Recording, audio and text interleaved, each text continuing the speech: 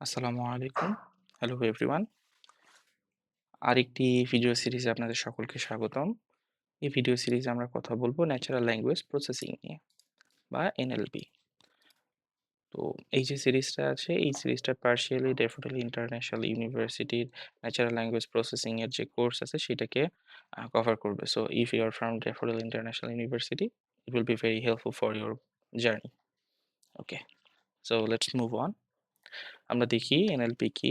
NLP stands for natural language processing. তো natural language বলতে একজন হিউম্যান বিং আরেকজন হিউম্যান বিং এর সাথে যেটা ইউজ করে কথা বলে। সো এটা কি হতে পারে?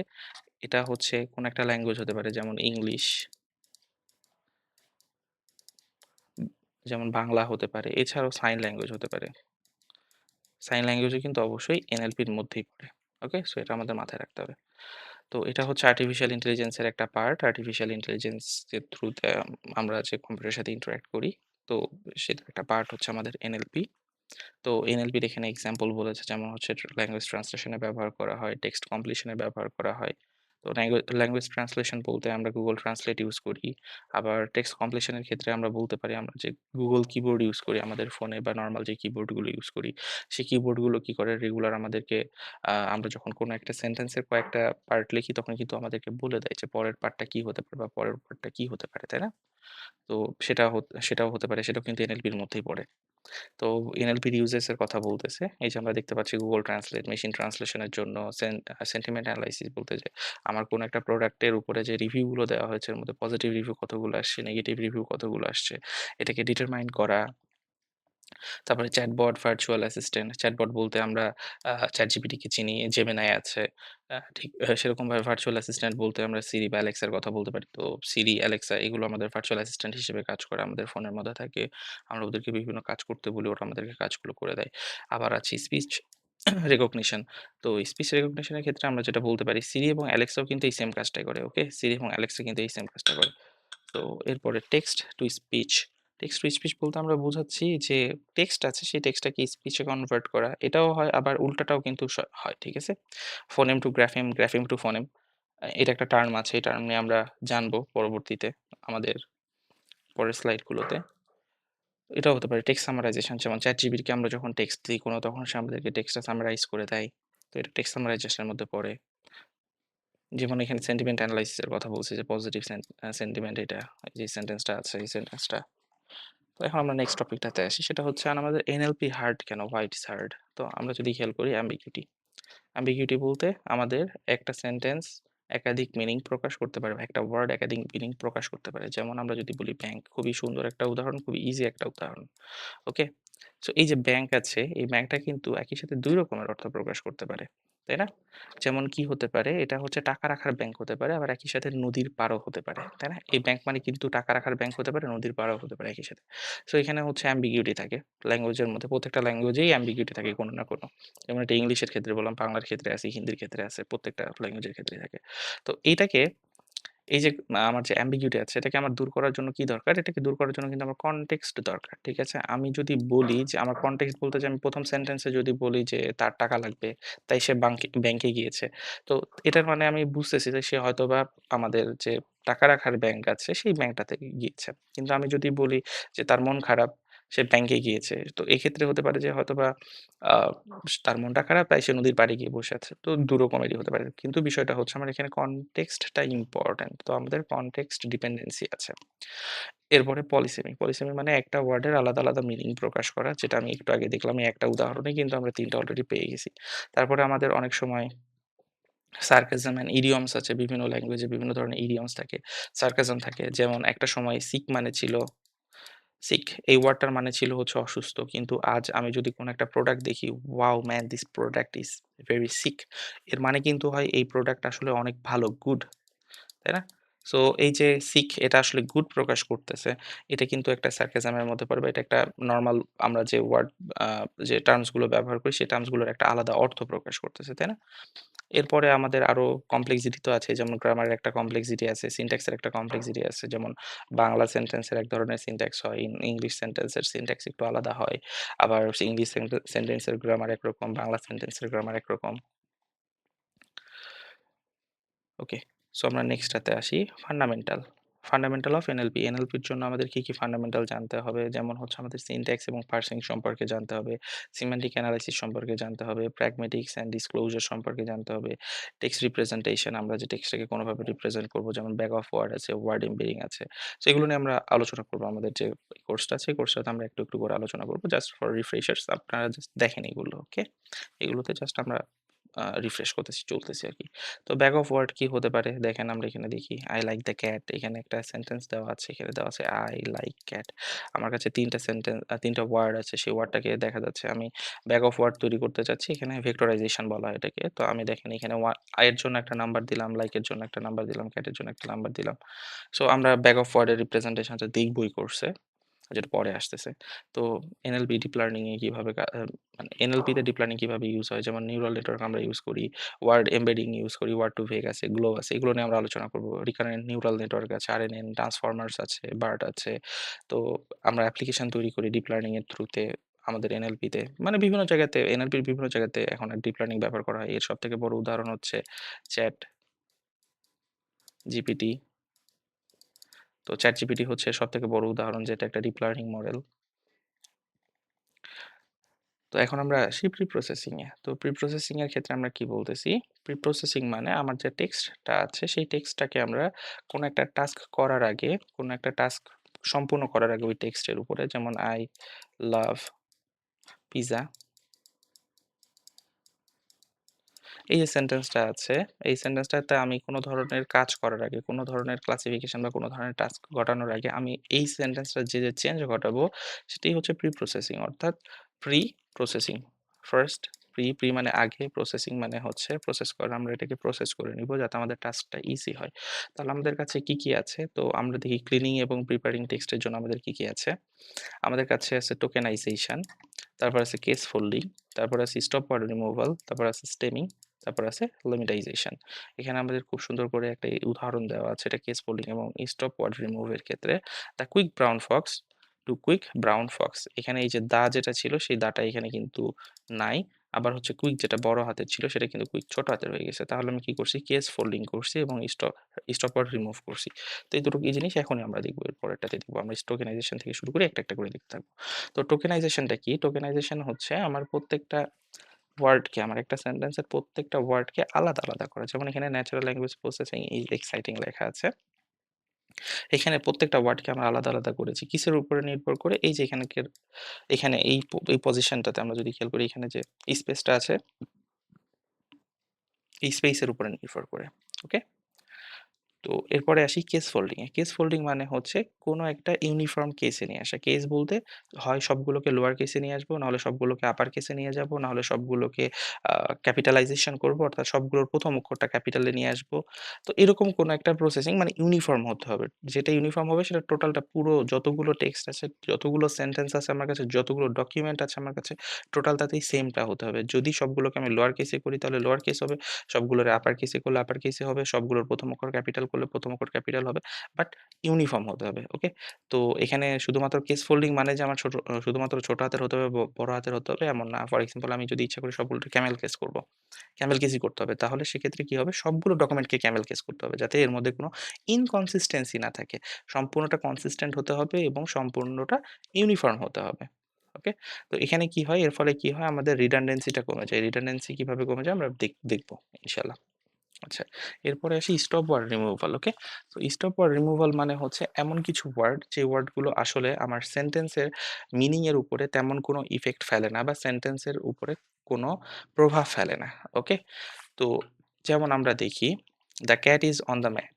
এখানে খেয়াল করে দেখেন, আমরা যদি বলি যে এখানে মেন বিষয়টা কি, সেই মেন বিষয়টা হচ্ছে ক্যাট এবং ম্যাট এই দুটো থাকা। ঠিক আছে? তো অন কি প্রকাশ করতেছে? অন বলতেছে এটা যদি ম্যাট হয় এর উপরে আমার ওই বিড়ালটা আছে। ওকে? তো এই টোটাল সেন্টেন্সটা একদিক থেকে ইম্পোর্টেন্ট হলেও এখানে এই যে ওয়ার্ডগুলো আছে দ্য, ইজ, অন, দি, তো এগুলো হচ্ছে ইম্পোর্টেন্ট নয়। এখানে ইম্পোর্টেন্ট কি?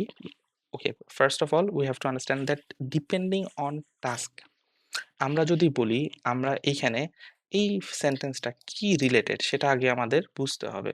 টাস্ক, ওকে? তো আমরা যদি বলি এই সেন্টেন্সটা কি রিলেটেড? এই সেন্টেন্সটা ২ টা বিষয় রিলেটেড হতে পারে। সেটা হচ্ছে ক্যাট এবং ম্যাট। ওকে? সো আমি যদি এইটা চেক করতে চাই যে এটা কি রিলেটেড, তাহলে আমার এই দুটো সেন্টেন্সই এই দুটো ওয়ার্ড কিন্তু এনাফ। আমার কিন্তু আর যে ওয়ার্ড গুলো আছে ওই ওয়ার্ড গুলো কোনো আম আ মিনিং ভ্যারি করতেছে না এখানে, তাই না? মিনিং ক্যারি করতেছে না এবং ওগুলো থাকা বা না থাকার কারণে আমার কোনো ভেরিয়েশন আসতেছে না। তার মানে আমি বলতে পারি এখানের এই যে বাদবাকি যে ওয়ার্ডগুলো আছে এই ওয়ার্ডগুলো আসলে stop word. Okay? So stop word সবগুলোর ক্ষেত্রে সবসময় কনস্ট্যান্ট হবে এমন না। প্রত্যেকটা টাস্কের জন্য স্টপ ওয়ার্ড আলাদা, আলাদা হতে পারে আবার সিমিলারও হতে পারে। তার মানে আমার যে স্টপ ওয়ার্ডটা আছে এটা হচ্ছে টাস্ক ডিপেন্ডেন্ট। এখন আমি যদি বলি এইখানে আমার এই যে সেন্টেন্সটা আছে এই সেন্টেন্সটা কি রিলেটেড না। এই সেন্টেন্সটাতে কি বলা হচ্ছে? মিনিং কি? মিনিং এটাকে যদি আমি বের করতে চাই এখান থেকে, তখন কিন্তু আমার ক্যাট, অন, ম্যাট এই ৩ টা লাগবে। কারণ কি? একটা ক্যাট যে ম্যাটের উপরে বসে আছে, এটা ম্যাটের উপরে যে একটা ক্যাট বসে আছে, এটা কিন্তু ইম্পোর্টেন্ট। ঠিক আছে? তাই আমার এখানে অবশ্যই তখন এই অনটা লাগবে। তখন কিন্তু আর অন স্টপ ওয়ার্ড হিসেবে কাজ করবে না। তাই আমার বুঝতে হবে আগে টাস্ক বুঝতে হবে এবং টাস্কের উপরে নির্ভর করে আমার যে স্টপ ওয়ার্ড গুলো আছে, সেই স্টপ ওয়ার্ড গুলোকে ডিফাইন করতে হবে। ওকে? সো আমরা সরাসরি আ অনেক সময় এটা এরকমটা হয় যে আমরা কিছু প্রিডিফাইন স্টপ ওয়ার্ড থাকে যে স্টপ ওয়ার্ড গুলোকে আমরা সরাসরি ইউজ করতে পারি। ওকে? যেমন দি হচ্ছে একটা স্টপ ওয়ার্ড এর মধ্যে পড়ে। এটা যেখানেই থাকুক এটা তেমন কোনো একটা অর্থ প্রকাশ করে না। বাট কিছু, কিছু ক্ষেত্রে আবার অর্থ প্রকাশ করতে পারে। যেমন হচ্ছে আমি এখানে কোনো একটা জিনিসকে আইডেন্টিফাই করে বলতেছি কিনা। ঠিক আছে না? যেহেতু এটা আমার ডিটারমিন্যান্ট এর মধ্যে পড়ে। তখন কিন্তু আবার এ অ্যান্ড দি যেহেতু ডিটারমিন্যান্ট এর মধ্যে পড়তেছে সেক্ষেত্রে তখন আবার কিন্তু ইম্পোর্টেন্স রাখতেছে। ঠিক আছে? তো এটা আমাদের বুঝতে হবে যে আমরা কোন টাস্ক নিয়ে কাজ করতেছি। এবং আমরা সবগুলোকে স্টপ ওয়ার্ড সবসময় বলতে পারি না। আমার টাস্কের উপরে নির্ভর করে stop word. Okay? So next stemming. Stemming মানে হচ্ছে বড় জিনিসকে ছোট করা বা রুট বা হচ্ছে বেস ফর্মে নিয়ে আসা। ঠিক আছে? তো এখানে আসলে রুট হবে না। এখানে আসলে আমরা বেস ফর্মটাই বলি। তো রুটে নিয়ে আসবো না আমরা বেস ফর্মটাতে নিয়ে আসার চেষ্টা করতেছি। ওকে? আমরা যে ওয়ার্ডটা আছে সেই ওয়ার্ডটাকে আমরা তার বেস ফর্মে নিয়ে আসার চেষ্টা করতেছি। যেমন এখানে কি আছে? রানিং আছে এবং রানার আছে। ২ টা আলাদা, আলাদা ওয়ার্ড। কিন্তু ২ টা আলাদা, আলাদা ওয়ার্ড হলেও ২ টা আলাদা, আলাদা ওয়ার্ড কিন্তু সেইম অর্থই প্রকাশ করে। সে হাঁটতেছিল বা সে দৌড়াচ্ছিল। সে সে দৌড়বিদ। ঠিক আছে না? তো ২ টাই কিন্তু একই জিনিসের মানে ২ টাতেই আসলে আমরা প্রকাশ করতেছি দৌড়ানোর বিষয়টা, তাই না? তো এই দৌড়ানোর বিষয়টা যেহেতু প্রকাশ করতেছি সেক্ষেত্রে আমরা যদি এটাকে ছোট করে নিয়ে আসি, রিডিউস করে ফেলি তাহলে আমার সেন্টেন্সের মধ্যে কনসিস্টেন্সি বাড়ে। কারণ এখানে রানিং একটা আলাদা ওয়ার্ড এবং রানার একটা আলাদা ওয়ার্ড হলেও এটা কনটেক্সট এর উপরে নির্ভর করে কিন্তু আবারও বলতেছি context is very important in NLP. You have to understand that context is very important. Context ছাড়া আমরা কোথাও যেতে পারব না। এনএলপির ক্ষেত্রে কনটেক্সট সবসময় আমাদের মাথায় রাখতে হবে আমরা কি করতে চাচ্ছি। ওকে? সো আমাদের রানিং এবং রানার কিন্তু আমরা রান করে ফেলতে পারি। এক্ষেত্রে আমাদের ইজি হয়ে যাবে। তো আমাদের ক্ষেত্রে অ্যালগরিদম কি, কি আছে? পোর্টার স্ট্রিমার আছে, স্নোবল স্ট্রিমার আছে। এগুলো আমরা ইংলিশের ক্ষেত্রে ইউজ করতে পারি। এরপরে লেমিটাইজেশন। তো লেমিটাইজেশন কি করে? ডিকশনারির বেস ফর্মটাতে নিয়ে আসে। ওকে? তো ডিকশনারির বেস ফর্ম নিয়ে আসা মানে এইটা ফর এক্সাম্পল আমরা দেখি এখানে বেটার আছে, গুড আছে। ঠিক আছে? গুড হচ্ছে লেমা বা বেস ফর্ম। এটা হচ্ছে আমরা সরাসরি ডিকশনারি ফর্ম হচ্ছে গুড, এটার হচ্ছে বেটার। আ তো আমরা কি করতেছি? আমরা বেটারটাকে গুড করে ফেলতেছি। ঠিক আছে? যেমন he looks better in that shirt. Okay. এই সেন্টেন্সটা আর he looks good in that shirt. একটা জিনিস আমরা একটু দেখি। আমাদের কাছে এই যে ২ টা ওয়ার্ড আছে, এই দুটো ওয়ার্ড সরি ২ টা সেন্টেন্স, এই সেন্টেন্সটা এবং এই সেন্টেন্সটা ২ টা কিন্তু সিমিলার সেন্টেন্স, তাই না? ২ টা সিমিলার সেন্টেন্স হলেও এইখানে খেয়াল করে দেখেন এই যে বেটার আছে এবং এই যে গুড আছে, এই দুটো ওয়ার্ড যেহেতু আলাদা, তাই এই দুটো সেন্টেন্স কিন্তু আলাদা হয়ে যাবে। এই দুটো সেন্টেন্সকে যদি আমরা নাম্বারিং করি প্রত্যেকটা ওয়ার্ডকে যদি ফর এক্সাম্পল একটা করে নাম্বার দিয়ে আমরা একটু দেখি। ফর এক্সাম্পল এখানে আমি বললাম এটা 1, এটা 2, এটা 3, এটা 4, এটা 5, এটা 6। ওকে, তাহলে এটাকেও আমরা 1 দিলাম। যেহেতু লুকস সেইম তাহলে 2। এটা কিন্তু আর 3 হবে না। এটা কিন্তু 5, 6, 7 ফর এক্সাম্পল এটাকে 7 দিলাম। এটা তাহলে হচ্ছে 4, এটা হবে 5 এবং এটা হবে 6। তাহলে আমার উপরের যে সেন্টেন্সটা ছিল সেই সেন্টেন্সের নিউমেরিক রিপ্রেজেন্টেশন কি হতে পারে? 1, 2, 3, 4, 5, 6। কিন্তু নিচের যে সেন্টেন্সটা আছে ওইটার নিউমেরিক রিপ্রেজেন্টেশন দেখেন 2, 5 সরি 7 দেন 4 দেন 5 দেন 6। ওকে? এটা হচ্ছে আমার ২ টা সেন্টেন্সের নিউমেরিক রিপ্রেজেন্টেশন। এখন খেয়াল করে দেখেন ২ টা সেন্টেন্স একই অর্থ প্রকাশ করার পরেও জাস্ট এই জায়গাতে আমাদের ২ টা আলাদা হয়ে যাচ্ছে। আমরা একটু দেখি। এই যে এই জায়গাতে আমার ২ টো আলাদা হয়ে যাচ্ছে। তো তার মানে ২ টো সেন্টেন্সও কিন্তু তখন আলাদা হয়ে যাচ্ছে। যদিও বা ওদের মধ্যে there are some similarities but আমাদের এখানে কিন্তু এটা আলাদা হয়ে যাচ্ছে, তাই না? ওকে। সো আমরা কি করতে পারি? আমরা যদি বেস ফর্ম এ নিয়ে আসি তাহলে কি হয়ে যাবে? এটাও ৩ হয়ে যাবে। আমরা আ এই যে ৩ যেটা আছে এই বেটাটাকে আমরা গুডে নিয়ে আসতে পারি। গুডে নিয়ে আসলে কি হবে? দেখেন ২ টাতেই ৭ বসে যাবে। কারণ এইটাও ৭, এইটাও ৭। এখন কিন্তু ২ টা সিমিলার জিনিস এবং একই কথা বলতেছে। ২ টা সেম, হুবহু সেম। ওকে? সো লেমিটাইজেশন এই কাজটা আমাদেরকে করে দেয় এবং আ এটা কিন্তু স্টেমিং এর থেকে বেটার। এখন কথা হচ্ছে, আমরা কি সবসময় স্টেমিং করব? না, ইট ডিপেন্ডস। আমাদের বুঝতে হবে আসলে আমাদের স্ট্রিমিং করা দরকার কিনা। ঠিক আছে? আমরা কি সবসময় লিমিটাইজেশন করব? না। আমাদের আগে বুঝতে হবে আমাদের যে কাজ আছে টাস্ক এট হ্যান্ড আমাদের যে কনটেক্সট আছে যে কনটেক্সটে আমি কাজটা করতেছি সেইখানে লিমিটাইজেশন দরকার আছে কিনা? যদি লিমিটাইজেশন দরকার থাকে তবে আমি লিমিটাইজেশন করব। যদি লিমিটাইজেশন দরকার না থাকে তাহলে লিমিটাইজেশন করার দরকার নেই। কারণ লিমিটাইজেশন যদি আমি করি তখন কিন্তু আমার এখানের এই যে অর্থটা আছে অর্থটা কিন্তু আলাদা হয়ে যাচ্ছে। খেয়াল করে দেখেন বেটার আর গুড সিমিলার মিনিং করলেও এটার কিন্তু অর্থ সেম না।